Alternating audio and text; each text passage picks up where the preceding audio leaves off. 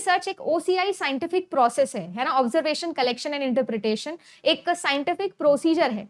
हर एक scientific procedure को करने का एक तरीका होता है ना। आप ये कह सकते हो कि एक स्टैंडर्ड प्रोटोकॉल सूट होगा जिसको फॉलो करके ही कोई काम किया जाता है। अब रिसर्च के अंदर किसी खोज की हुई चीज को दोबारा से खोज करने के लिए, सो दैट हम उसमें कुछ नया ढूंढ सकें, इसके लिए हमारे पास में बकायदा एक पूरी प्रोसेस होती है जिसको फॉलो किया जाता है। और ये जो प्रोसेस है लगभग 8 स्टेप्स की आपकी प्रोसेस होती है। जब भी मैं कोई भी प्रॉब्लम को सॉल्व करने वाली होती हूँ, हमारे दिमाग में जब भी कोई एक प्रॉब्लम आती है और उस प्रॉब्लम के सॉल्यूशन के लिए हम काम करते हैं, तो हमें सबसे पहले क्या करना होता है? सबसे पहले हमें उस प्रॉब्लम को समझना होता है कि वो प्रॉब्लम है क्या, ठीक है ना। तो यहां पर सबसे पहला जो स्टेप होता है वो होता है आप लोगों को आइडेंटिफिकेशन का। आपको ये आइडेंटिफाई करना होता है कि आपकी एक्चुअल प्रॉब्लम क्या है। सबसे पहले मुझे क्या करना होता है? अपनी एक्चुअल प्रॉब्लम को आइडेंटिफाई करना होता है। कोई भी सवाल के जवाब ढूंढने के लिए सवाल को समझना सबसे ज्यादा इंपॉर्टेंट है।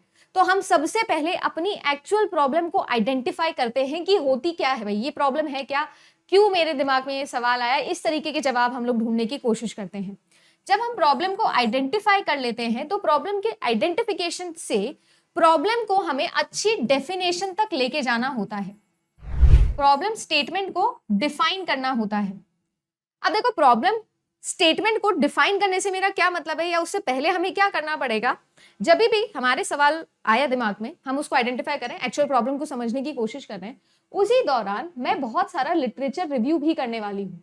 मैं देखने वाली हूँ कि क्या यार ये प्रॉब्लम मुझे ही आ रही है या ये कुछ और लोगों को भी आई है, क्या कभी किसी ने इसके बारे में कुछ काम किया है, कुछ पढ़ा है, कुछ लिखा है। मतलब मैं मेरी प्रॉब्लम डोमेन को समझने की कोशिश करती हूँ। मेरे दिमाग में एक सवाल आया कि यार ये हर बार हम मैथ्स के अंदर जीरो को ही क्यों यूज करते हैं, तो हम ये समझने की कोशिश करें कि जीरो की एप्लीकेशन क्या है। हम मैथमेटिक्स को समझने की कोशिश करें। मैथमेटिक्स की भी अलग अलग फील्ड्स होते हैं, जैसे कि अलजेब्रा, कैलकुलस, ज्योमेट्री, ऐसे बहुत सारे फील्ड्स होते हैं। हम हमारी डोमेन को अंडरस्टैंड करने की कोशिश करते हैं, और हमारा डोमेन को अंडरस्टैंड करने के लिए हमें हेल्प करता है हमारा लिटरेचर रिव्यू, जो हमारी प्रॉब्लम स्टेटमेंट को करेक्टली डिफाइन करने में हमारी हेल्प करता है। नॉट जस्ट दैट, इसके बाद में आता है हमारा सबसे इंपॉर्टेंट स्टेप, जो होता है हम एक हाइपोथेसिस बना लेते हैं। क्या बना लेते हैं? एक हाइपोथेसिस बनाते हैं। हाइपोथेसिस क्यों बनाते हैं हम? हाइपोथेसिस होता क्या है? देखो, मैं अलग से हाइपोथेसिस आप लोगों को पढ़ाऊंगी, बट स्टिल हाइपोथेसिस का मतलब ये होता है कि हमारे दिमाग में जो भी सवाल आया था उसका जवाब भी हमारे दिमाग में होता है, बट बहुत वेगली होता है। हाइपोथेसिस एक ऐसा सॉल्विंग स्टेटमेंट है, आप ये मान के चलिए, एक ऐसा स्टेटमेंट है जिसका मैंने अनुमान लगा लिया है कि शायद ये मेरा उत्तर हो सकता है। मेरे पास में एक प्रॉब्लम थी, प्रॉब्लम को आइडेंटिफाई किया, उसके डोमेन के बारे में पढ़ा, उसके बारे में ज्यादा से ज्यादा नॉलेज गेन करके प्रॉब्लम स्टेटमेंट को डिफाइन कर लिया। अब मैं उसके जवाब ढूंढने के लिए आगे जा रही हूं। पर आपने नोटिस किया होगा, कोई भी बड़ी से बड़ी प्रॉब्लम हो, कुछ भी हो, आपके पास में एक हिंट जरूर होता है कि यार शायद ये इसका आंसर हो सकता है। वो जो शायद इसका आंसर हो सकता है वही हाइपोथेसिस है। हिंदी में इसे कहते हैं परिकल्पना। परिकल्पना कब की जाती है? ऑब्वियस सी बात है, कोई भी काम शुरू करने से पहले की जाती है। हाइपोथेसिस का डेफिनेशन हमारे लिए एक तरीके से एक सॉल्विंग स्टेटमेंट के जैसा होता है। जैसे मैथ्स में कोई भी सवाल सॉल्व करते हुए हम बोलते हैं ना कि लेट इट बी एक्स, वो क्या है? वो एक हाइपोथेसिस है। मैं अपनी तरफ से गेस कर रही हूं कि शायद ये इसका आंसर हो सकता है। उसके लिए हम लोग क्या आते हैं? हाइपोथेसिस पर आते हैं। ठीक है जी। हाइपोथेसिस को जब हम लोगों ने डिफाइन कर लिया तो हम हाइपोथेसिस को क्या करते हैं? टेस्ट करते हैं।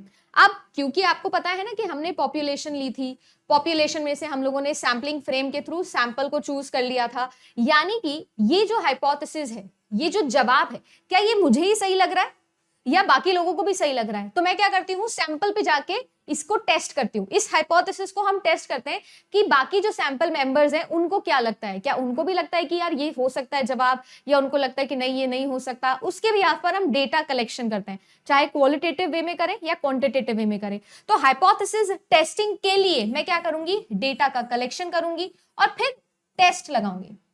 ठीक है। तो हम लोगों ने क्या किया? आइडेंटिफिकेशन ऑफ द प्रॉब्लम, हमने प्रॉब्लम स्टेटमेंट को डिफाइन किया, हमने लिटरेचर रिव्यू किया और उसके बिहाफ पे एक हाइपोथेसिस बनाई। हाइपोथेसिस बनाने के बाद में हमने डेटा कलेक्शन किया और डेटा कलेक्शन के बाद में हमने उस हाइपोथेसिस को टेस्ट किया। अब जब टेस्ट कर लिया तो फाइनली जो भी हमारा कंक्लूजन आया उसको मैंने इंटरप्रेट कर दिया। इंटरप्रिटेशन हम लोगों ने कर दी। जैसे एक नॉर्मल प्रॉब्लम सॉल्विंग स्टेटमेंट को हम आगे लेके जाते हैं ना, बिल्कुल वैसे ही हमारी रिसर्च प्रोसेस चलती है। अगर मैं यहाँ पर आप लोगों को बताऊं तो कैसे चल रहे हैं हम लोग, हमने सबसे पहले प्रॉब्लम को आइडेंटिफाई किया, उसके बाद में हम लोगों ने क्या किया, लिटरेचर को इवैल्यूएट किया, लिटरेचर रिव्यू जिसको हम लोग कहते हैं।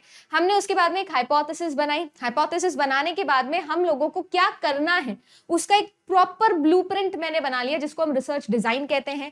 उसके बाद में मैंने अपनी पॉपुलेशन को डिस्क्राइब किया, यानी कि सैंपलिंग करी, और सैंपलिंग के बाद में उस सैंपल से डेटा को कलेक्ट किया, डेटा का एनालिसिस यानी हाइपोथेसिस टेस्टिंग करी, और फिर उसके बाद में इंटरप्रिटेशन यानी कि रिपोर्ट राइटिंग करी। तो ये कुल मिला के मेरे सभी स्टेप्स हैं जो रिसर्च प्रोसेस के अंदर आपको समझ में आने चाहिए।